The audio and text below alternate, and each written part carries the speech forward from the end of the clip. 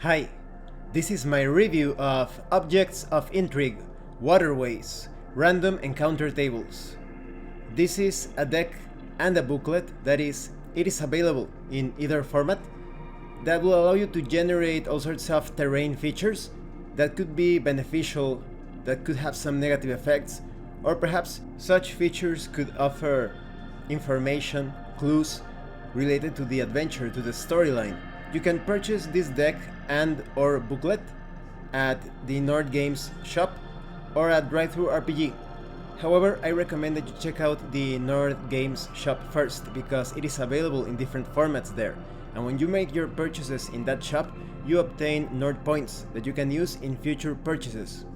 Now, let's talk about the quality. I will be reviewing the booklet in PDF format. My only criticism when it comes to the quality is that you have no hyperlinks, like the other booklets of the Objects of Intrigue series. It would have been much easier to navigate the booklet by clicking on the results that you obtain on the table. However, it's a fairly short document, just 17 pages long, so it's just going to be a slight annoyance. You can navigate the document fairly well without them. The graphic design looks excellent. The document has this sort of magical text aspect to it, and I really like the watery swirls on the edges of the pages. And the cover looks amazing. This ship looks so mysterious, and those waters, this sea is so creepy, ominous, and mysterious at the same time. And I'm a bit curious as to what is inside this ship that is resting at the bottom of the ocean. Maybe there is some treasure left within it. Everything is well written and explained and organized, so the quality is really good despite the lack of hyperlinks. Now let's talk about the contents. First, you have instructions on how to use these tables. You basically make a D100 roll, and then you make a roll on the different subtables depending on your result. These results can be employed before running the session, that is designing the adventure beforehand, or by improvising adventures. You can use the tables on the fly right at the moment when they are needed, and you can also pick and choose whatever you like. Not everything has to be random. This document was planned for Dungeons & Dragons 5th edition, but it's very easy to use it with any other edition of Dungeons & Dragons or with any pseudo-clone, retro-clone, and it's very easy to tweak things or adapt things to your system of preference. If you are running a fantasy game that is not D20 based, it's also very easy to use these different objects to enhance the encounters in your adventure. Now, before we move further, it's also important to note that if you are thinking on getting the deck of cards or the booklet, there is a small difference. The deck of cards contains more probable results when it comes to generating the objects of intrigue, but when it comes to the booklet, you have different tips and advice throughout the book telling you how to build adventures using these objects of intrigue. So please keep that in mind when you are making your decision. Now let's talk about some of the results that you can obtain using these tables. Maybe you obtain the result of pulsing meteor fragment. A hazy red light shines through the water. The light is too dim to make out an exact source. It isn't until you are practically on top of it that you see a pulsating red stone. The stone draws you in the longer you stare at it. Touching it causes painful energy to wash over you, dealing 15 psychic damage, unless you are successful at a charisma save. Or perhaps you suffer a small debilitating shock to shoot up your arm. You have disadvantage on your next attack roll unless you make a constitution saving roll. Now, when it comes to some advice, let me give you an example. You have this note that says, meteors introduce literally otherworldly elements into storytelling. They might be powerful crystals used as a power source by an antagonist, or a new type of metal used to forge incredibly powerful weapons. Maybe you obtain the result of broken strongbox. The glint of metal catches your attention as you walk along the water's edge. Sticking halfway out of the water is a large iron box, its lid partially open. Stray parchment sheets float out towards you. The strongbox contains an assortment of sodden parchment. A character who searches it finds a small sealed satchel containing bottles and vials, perhaps a poisoner's kit. Or maybe you find an unbroken, fluid-filled vial. This could be a potion of resistance. Maybe you obtain the result of burning boat. Smoke rises from a small sailing ship as it slips beneath the waves. A halfling clings to a wooden chest with one arm and the mast with the other.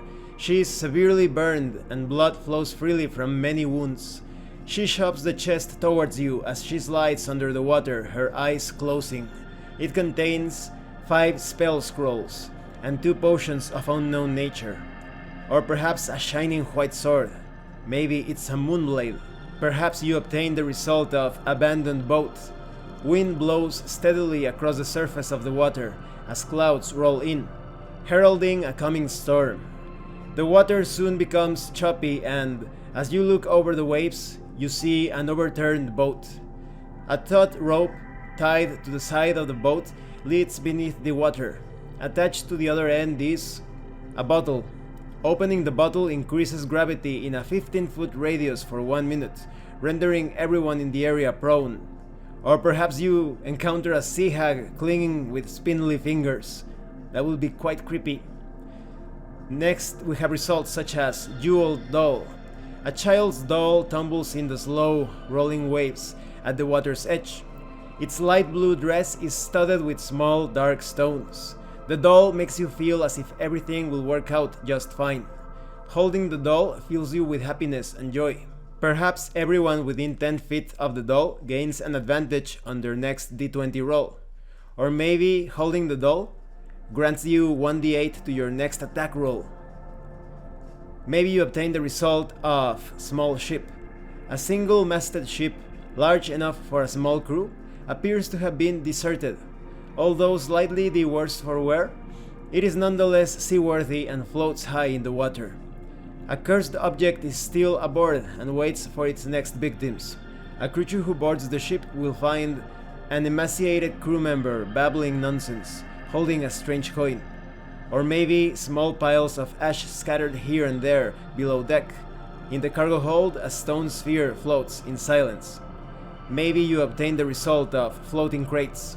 Several crates of various sizes smash into one another as they float along, most of them jostling together under a large with trailing cargo nets. The crates were part of a larger shipment, lost due to mishap or foul play. They contain finely crafted weapons and armor of elven make, or perhaps mostly fine silk clothing, but one crate hides a lamp locked within a small ornate chest. Maybe the lamp contains a genie. Maybe you obtain the result of Brilliant Object. Deep below the surface of the water, a blue glow emanates. The water isn't clear enough to see what is causing the glow, or even its exact location. The object is 2d6 by 10 feet below the surface of the water. A creature that can reach the glow will find an uncommon magic item, or maybe even a legendary magic item.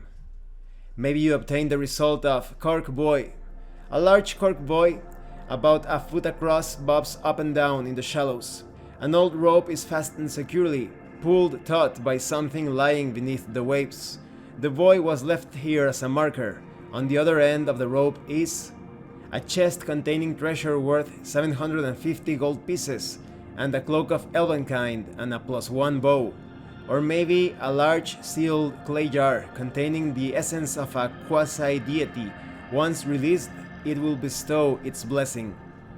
Maybe you obtain the result of Buoyed Corpse. A large wooden buoy bobs upright in the water. A violent swell reveals the remains of a body secured to its far side. Whoever they were, they have certainly been dead for a week or more. Further inspection reveals, clutched in one hand is a letter detailing a location. "Finish what I couldn't. I have swallowed the key," reads the note. You could also encounter a backpack containing maps detailing the location of a wizard's tower. Maybe you obtain the result of Tangled Net. Bubbling up from the depths is a vast mat of tangled flotsam. A tangle of discarded fishing nets, rotting weeds, and fish carcasses surrounds a solid lump in the center. The old net has drifted haphazardly for some time. During its travel, at some point, it has collected an oyster containing a pearl. Touching it causes the shell to close, dealing 2d4 bludgeoning damage. That's pretty painful. You could also encounter a silver flute with a poison needle trap in its mouthpiece. Maybe you obtain the result of Impaled Carcass. Not much is left of this once great beast. It is little more than part of a torso and a barely recognizable head. This animal did not die of natural causes. A shining harpoon is lodged deep into its flesh. The harpoon, which is a +1 spear, has a unique quality. Maybe it works as a true strike weapon with 4 charges, or maybe it works as a giant slayer magic item, but applying to large and larger beasts. This feature is only usable once per day, when the weapon is thrown. And these are just some of the results that you can obtain. All of them have some sort of effect on the adventure or the campaign. They could have, like I said, a positive modifier, a negative modifier, some beneficial or malicious effect or quality that could alter your character's fate or the fate of the entire adventure. And some objects and features have some sort of clue, background information that could take the plotline in interesting directions, or maybe that feature serves as the start of a new adventure or an entire campaign. So what do I think of the Objects of Intrigue Waterways?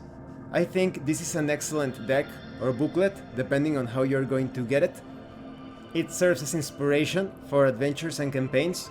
It can affect existing adventures and campaigns with all sorts of effects, information, clues, while adding richness and detail to each encounter. It works great while improvising your adventures or preparing them before the session.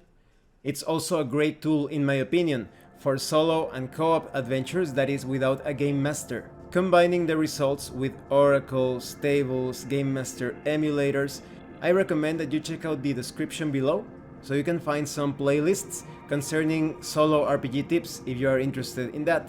I forgot to mention that I did find a couple of typos, but they weren't a big deal. They won't confuse you when it comes to the information of the different objects of Intrigue. However, I do recommend that if you plan to get this as a PDF or deck, remember that that difference exists. The deck of cards contains a few more combinations when it comes to the results, and the booklet contains advice and tips to build better adventures. And of course, because this is a Waterways focused deck, you definitely want to use it in adventures that feature maritime elements, or maybe you're exploring a lake, a river, the sewers, because all of the results have to do with water. So this is perfect for perhaps a pirate-based or an underwater exploration-based campaign or adventure. Well, thanks for watching this review. If you have any comments or questions, please let me know. And thank you so much to those of you that have been supporting the channel by sending drive-thru RPG gift certificates. If anyone else wants to further support the channel, the information on how to do that will be in the description below. Once again, thank you, and see you later.